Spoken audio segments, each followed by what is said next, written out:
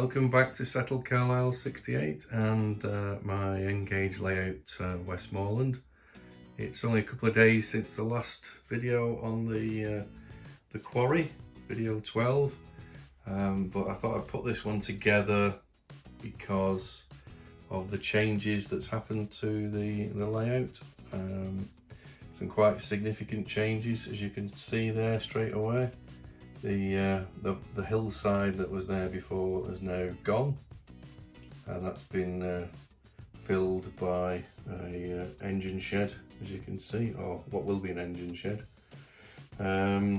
So that's one of the most noticeable changes.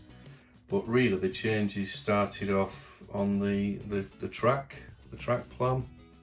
As you can see, the goods yard has all been lifted and the track's all loosely laid out, just waiting on getting some few lengths of flexi track so I can put some longer runs in rather than piecing bits together. Plus I've not got enough, to be fair.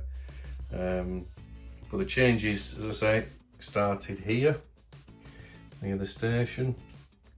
I had a pair of points here, crossover, weren't really using them, but more importantly, when they were used, either the engine or the coaches were catching on both sides, particularly this side of the platform.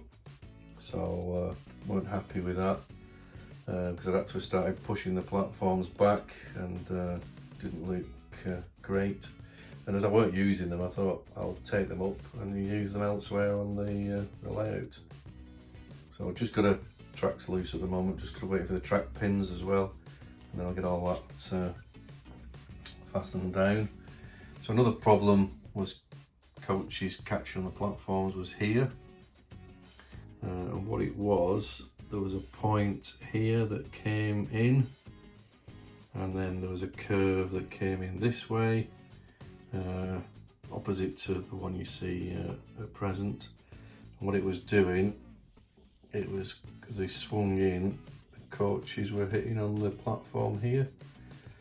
So the solution would have been either to cut back the platform by 3 or 4 millimeters, which would have made a bigger gap and probably wouldn't look great, or change the track. So I decided to change the track.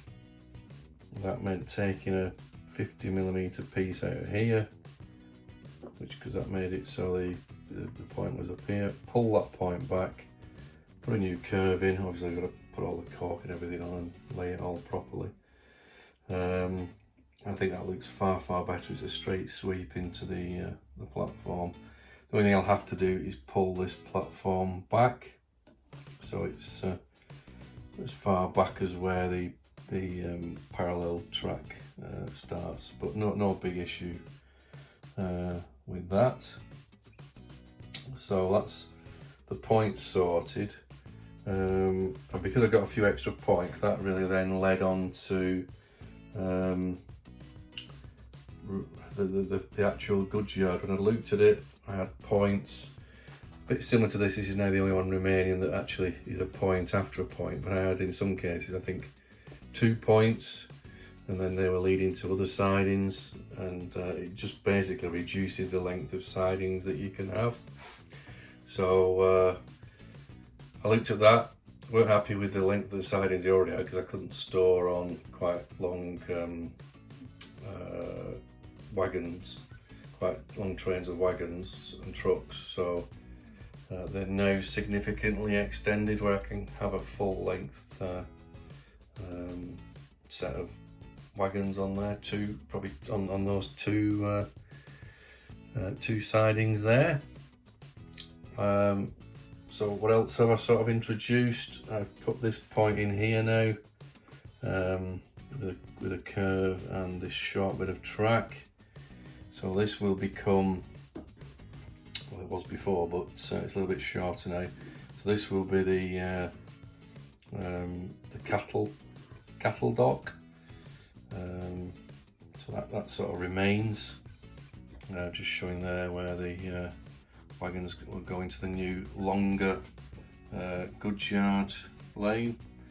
And then here I've introduced one of the points that I think I managed to salvage from near the station.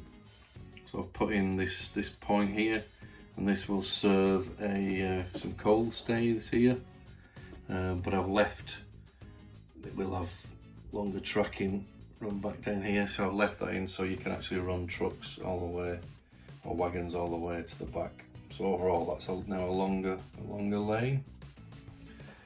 We've got the 2 lanes behind, and then up here where you see the 5XP Bahamas, that's where the engine shed was before.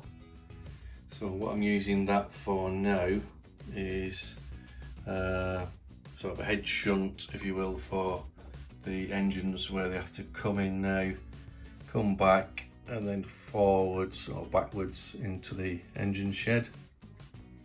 So I'll need to install a power supply, a couple of wires in here, but I'm using that as the sort of the head shunt there, and then this where the Bahamas is will become the coaling stage. I think there's enough room there, either on the inside or the outside. So it'll be a small coaling stage and a water crane. The workshop will be here, and probably have lots of engine yard bits and bobs there as well. But the major change is moving that engine shed that was right down there in the corner and not really visible to here where the hill was. So we've got the double engine shed now. You can see roughly the height it will be, because it's a Metcalf kit, so I'm going to build it out of the cardboard kit. So I think it fits in really well there, tucked away, and then the road will be behind, and we're going to build a small banking at the back there. So I think that looks good. And I'm thinking of having where this track rubber is, I'm thinking of having the water tower here, and then all scenics around here as well. So it's not all sort of industrial railway type clutter. There's going to be some scenics there as well. So that's it really for the goods yard, other than I then realised that, and this has only come about when you start operating the layout, that I've got a dual controller, so it's DC controlled. I have a Gauge Master D-type controller, and that basically I've got wires on, or power to both the individual lines. So you have to use the inner power and control when you're reversing back into the goods yard, and I have to use that to control the traffic in the goods yard and to the engine shed. So when I'm using that, I can't use the inner track, so that's potentially a bit of a problem if you want to run, or a lot of a problem if you want to run 2 trains continuously. But the other issue is, if I was operating a goods yard in its previous track plan, it meant that I'd have to, if I'm reversing or doing any shunting in the goods yard, I have to come out, down, and then onto the main line, and then shunt back in, because I didn't have enough room within the track plan to do any shunting. So it looks a little bit of an afterthought, but I think it looks okay. I don't know what you guys think. But what I've done is installed this point here, and that will enable me to have this head shunt. So to do that, I've had to cut away this embankment for where the workers' cottages are. So that head shunt, by the time we get a brake van and 6 wagons on, or vans, will enable quite a decent head shunt back into the goods yard, into either the cattle dock, the engine shed, or the 2 other lanes. So I think that's a good addition. And what I'm going to do to solve the control problem, not straight away because they're quite expensive, but I'm going to look out for a single Gauge Master DC controller. So I'll probably put a couple of droppers on here, or here actually, because it's when we're doing the control of the goods yard, and a couple of droppers here for reversing back into the dead end of the engine shed, and have a separate controller. So that'd be a third controller, so I can then run locos and do shunting in the goods yard when I've still got 2 trains running, which I think will be good. It'll add good operational interest to the layout. I don't think it's detracted too much from it by taking the hill away and just reducing that room for the workmen's cottages.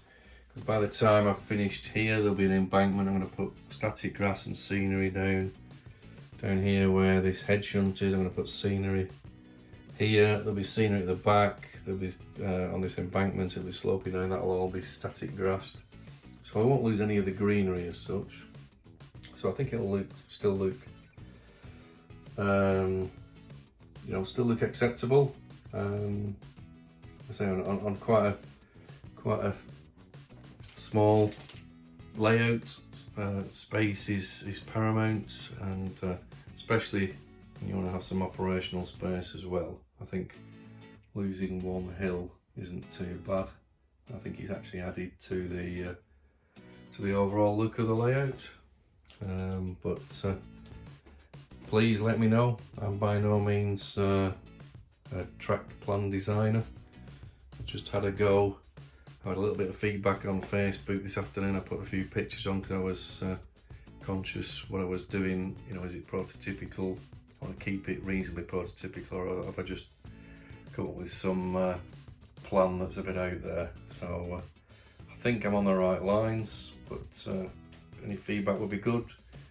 Does it look too much? Do I need to go back to the less is more principle?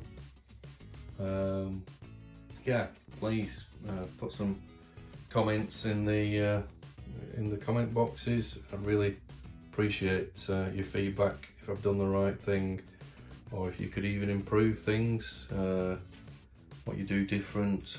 You know, maybe take a bit of track away to make it that less is more. And I'm waffling on.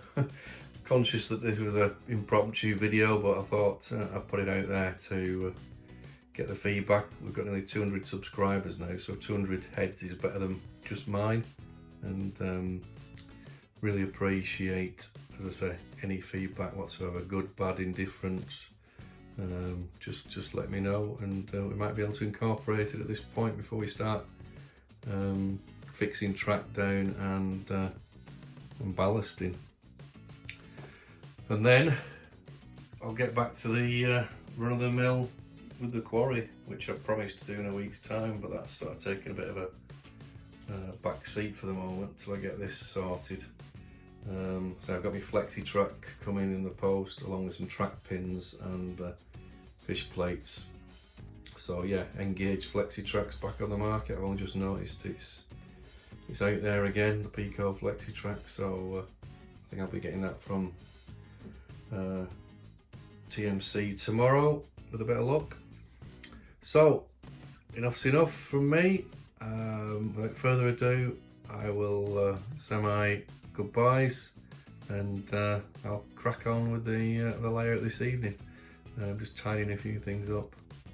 Okay, thanks a lot guys, see you soon, bye.